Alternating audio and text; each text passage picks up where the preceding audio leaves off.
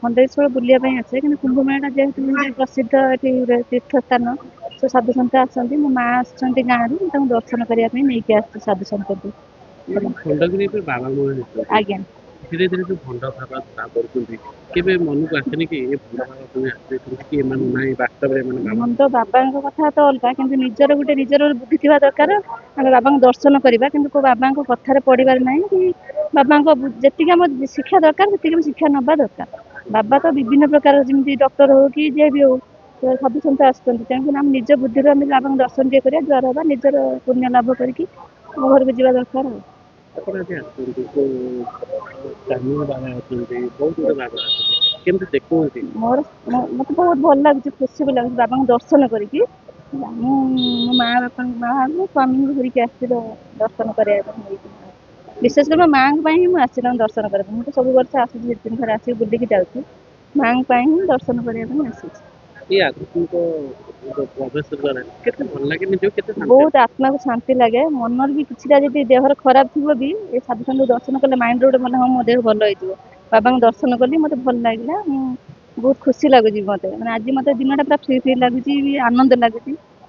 ଖଣ୍ଡଗିରି ମେଳାକୁ କଣ ଆପଣ ଅପେକ୍ଷା କରିଥାନ୍ତି? ଆଜ୍ଞା ପ୍ରତ୍ୟେକ ବର୍ଷ ଖଣ୍ଡଗିରି ମେଳା ଯେତେ ଦିନ ବି ଚାଲୁ ଆମେ ପ୍ରତ୍ୟେକ ଦିନ ମୋ ବୋଉର ମୋ ପୁଅର ମୋ ସ୍ୱାମୀଙ୍କର ଆସୁ। ପ୍ରତ୍ୟେକ ଦିନ ଆସୁ ବୁଲିକି ଦର୍ଶନ କରିକି ଜୁହାର ହେଇକି ସକାଳୁ ମାଙ୍କ ପାଖରେ ବାରବଜା ଠାକୁରଙ୍କ ଭୋଗ କରୁ। ଯଜ୍ଞରେ ନଡିଆ ଦଉ ଆଉତି ଦଉ ସବୁ ଦେଇ ଦର୍ଶନ କରି ଘରକୁ ଯାଉ। ଆଚ୍ଛା ମ୍ୟାଡ଼ାମ ଏଇ ଖଣ୍ଡଗିରି ଗୋଟେ ଯାତ୍ରା ପଡେ ଯାତ୍ରା ଦେଖିଛନ୍ତି? ନାଇଁ ମୁଁ ଯାତ୍ରା ଦେଖିବାକୁ ଭଲ ପାଏ ନା କାରଣ ମତେ ଯୋଉ ସାଉଣ୍ଡ ହେଲା କି ମତେ ସେ ଯୋଉ ଅଶ୍ଳୀଳ ଜିନିଷ ଗୁଡା ମତେ ଭଲ ଲାଗେ ନା ସେଥିପାଇଁ ମୁଁ ଆସେନା ଦେଖିବା ପାଇଁ। ମ୍ୟାଡ଼ାମ କୁହାଯାଇଛି କି ଏବେ ଖଣ୍ଡଗିରି ଅଶ୍ଳୀଳ ଯାତ୍ରା ଅଶ୍ଳୀଳ ନୃତ୍ୟ ପ୍ରବେଶ କରୁଛନ୍ତି ନିଷେଧ। ଆଜ୍ଞା ତ ଏବେ ଏଇଥର ଦେଖିଲେ ଜଣା ପଡିବ।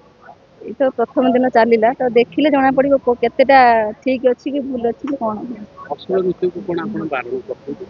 ନିହାତି ଯେହେତୁ ଗୋଟେ ତୀର୍ଥ ଜାଗାରେ ଯାତ୍ରା ହଉଛି ଅଶ୍ଳୀଳ କରିବା କଥା ନୁହଁ ଆମର ଓଡିଶୀ କଥକ ଯେତେ ପ୍ରକାର ଡ୍ୟାନ୍ସ ଅଛି କରନ୍ତୁ ଦର୍ଶକ ଯେତିକି ଖୁସିରେ ଆସିବେ ଆସନ୍ତୁ ନହେଲେ ନାହିଁ କିନ୍ତୁ ନିହାତି ବନ୍ଦ କରିବା ଦରକାର ମୋ ମତରେ। କେବଳ ଯୋଉମାନେ ଡ୍ୟାନ୍ସ କରୁଛନ୍ତି ଅଶ୍ଳୀଳ ନୃତ୍ୟ ସେମାନଙ୍କର ଭୁଲ ନା ଯୋଉମାନେ ଦେଖୁଛନ୍ତି ଯୋଉମାନେ ସେମାନଙ୍କର ଭୁଲ ଦେଖୁଛନ୍ତି ନା ସେମାନଙ୍କର ଭୁଲ କମିଟି ସେମାନେ ମାନଙ୍କର? ତ ତାଙ୍କର ସେଟା ହଉଛି ନିଜ ପାଇଁ ଇନକମ କରୁଛନ୍ତି କି ତାଙ୍କର ସାହାଯ୍ୟ ଦରକାର ସେତିକି ପଇସା ତ ଆମ ମାନେ ଦେଖୁଛନ୍ତି ଆମର ଭୁଲ ସେଟା। ଆଜ୍ଞା। ଆମେ ଯଦି ବୁଝେଇକି କହନ୍ତେ ହଁ ସେଇ ଡ୍ରେସ ଟା ତମେ ଭଲସେ ପିନ୍ଧ କି ଭଲସେ ଡ୍ୟାନ୍ସ କର ଅଛି ଡ୍ୟାନ୍ସ ରେ ବହୁତ ପ୍ରକାର ଜିନିଷ ଅଛି ତ ନିଜେ ବୁଝିବା ଦରକାର ନିଜେ କରିବା ବି ଦରକାର ସେଇଟା ଆମ ନିଜ ଉପରେ ନିର୍ଭର। ଆମେ ନିଜେ ତ ଖରାପ ହେଲେ ଆମେ ଅନ୍ୟକୁ କହିବାର କଣ କିଛି ଆବଶ୍ୟକ ହିଁ ନାହିଁ। କମିଟିର ଭୁଲ ନାହିଁ କମିଟି ଏଭଳି ନୃତ୍ୟ ପ୍ରଦର୍ଶନ କରିବାଟା କଣ ବାସ୍ତବରେ ଠିକ୍? କମିଟିର କିଛି ମୁଁ ଭୁଲ କହିପାରିବିନି କାରଣ ସେମାନଙ୍କର ନିଜ ନିଜର ଗୋଟେ ଇଚ୍ଛା ଥାଏ କି ନିଜ ନିଜର ଗୋଟେ ପରାମର୍ଶ ଥାଏ ମୁଁ ମୋ କଥାରେ ମୁଁ କହୁଛି ଯେ ସେଇଟା ଠିକ ନୁହଁ। ଆଜ୍ଞା ଏ ବର୍ଷ କୁହାଯାଇଛି କି ଖଣ୍ଡଗିରି ଅଶ୍ଳୀଳ ନୃତ୍ୟ ହବ ନାହିଁ ଯଦି ନୃତ୍ୟ ହବ ଠେଙ୍ଗା ତାର ସେଇଟା କେମିତି ଦେଖୁଛନ୍ତି? ସେଇଟା ତ ଠିକ ନୁହଁ ବୁଝିବା ଦରକାର ସବୁ ଜିନିଷ ବୁଝିବା କମିଟି ମାନଙ୍କ ସହିତ କଥା ହେବା ଦରକାର।